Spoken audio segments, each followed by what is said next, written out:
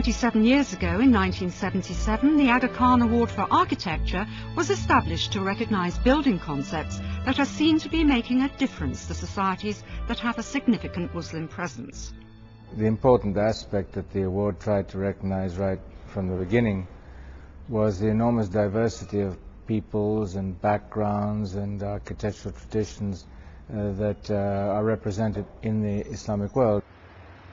Over the years, it has embraced a wide range of categories, from the technical innovation of l'Institut du Monde Arabe in Paris, to a low-cost school in Kaheri, Guinea, which teaches farmers the best way to breed and rear chickens, and a community-based sanitation and environmental improvement program at Indore City in India.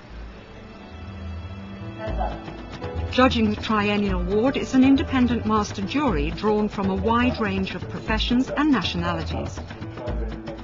The award is given to a project rather than its architect. This year there are 7 award-winning projects.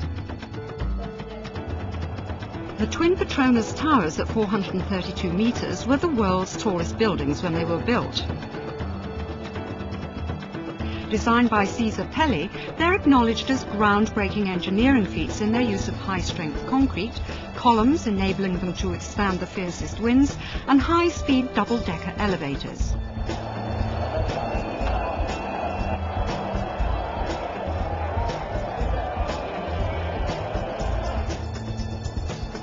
Beguilingly slender, the towers grow from 2 interlocking squares, softened by semicircular corners.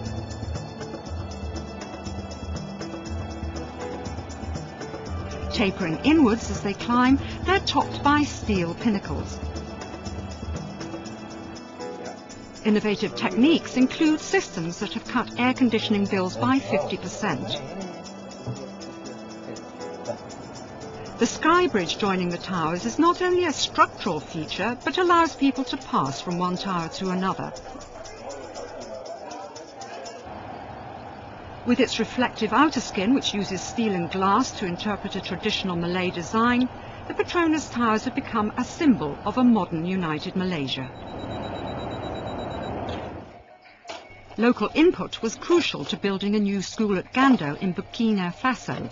It was designed by Diabedo Francis Carey, the first villager to benefit from higher education.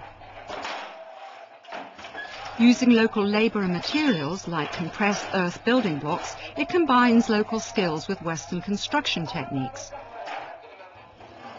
Its 3 classrooms, facing east-west, are shuttered to avoid the sun.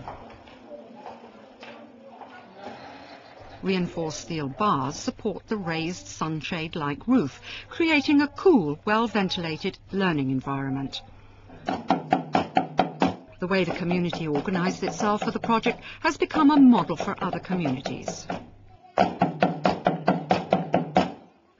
These elegant beehive-shaped forms belie their very basic origins, for beneath their honey-coloured skin lie rows of sandbags. First built to house refugees, they consist of layers of long earth-filled sacks held in place by barbed wire. Seismically resistant and intended for severe climates, the domes contain bedrooms, a kitchen, bathroom and a living area. With minimal training, these simple structures can be built by the people themselves. At first glance, the 800-year-old Al-Abbas Mosque in Yemen is unimposing.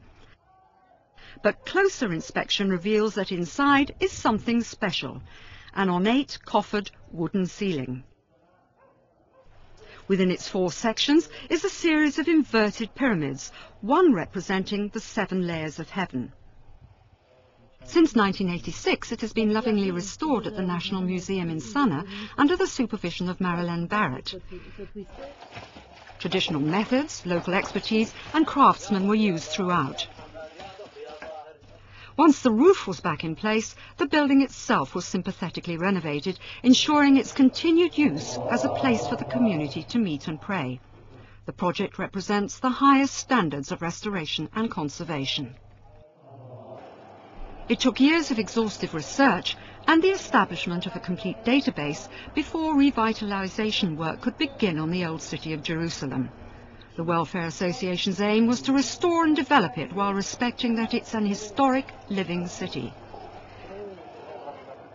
Dealing with emergency repairs is a priority and often a prerequisite to complete restoration.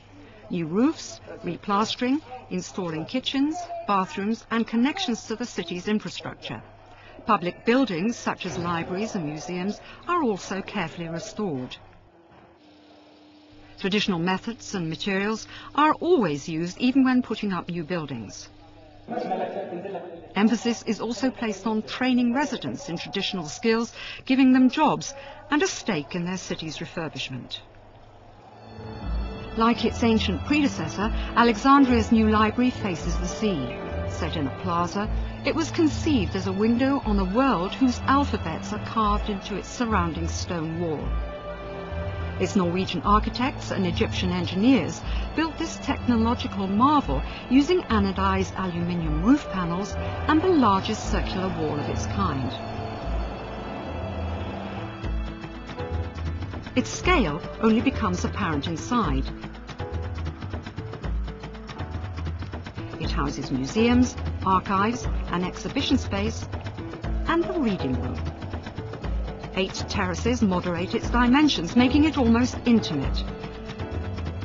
Digitally operated, the library is lit by natural light from the ceiling and sides. Thousands use it daily, many of them students who access it via a footbridge to the university.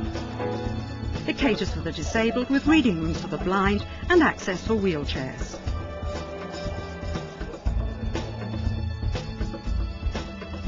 Located on Turkey's Aegean coast, the B2 house represents a poetic dialogue between interior and exterior, public and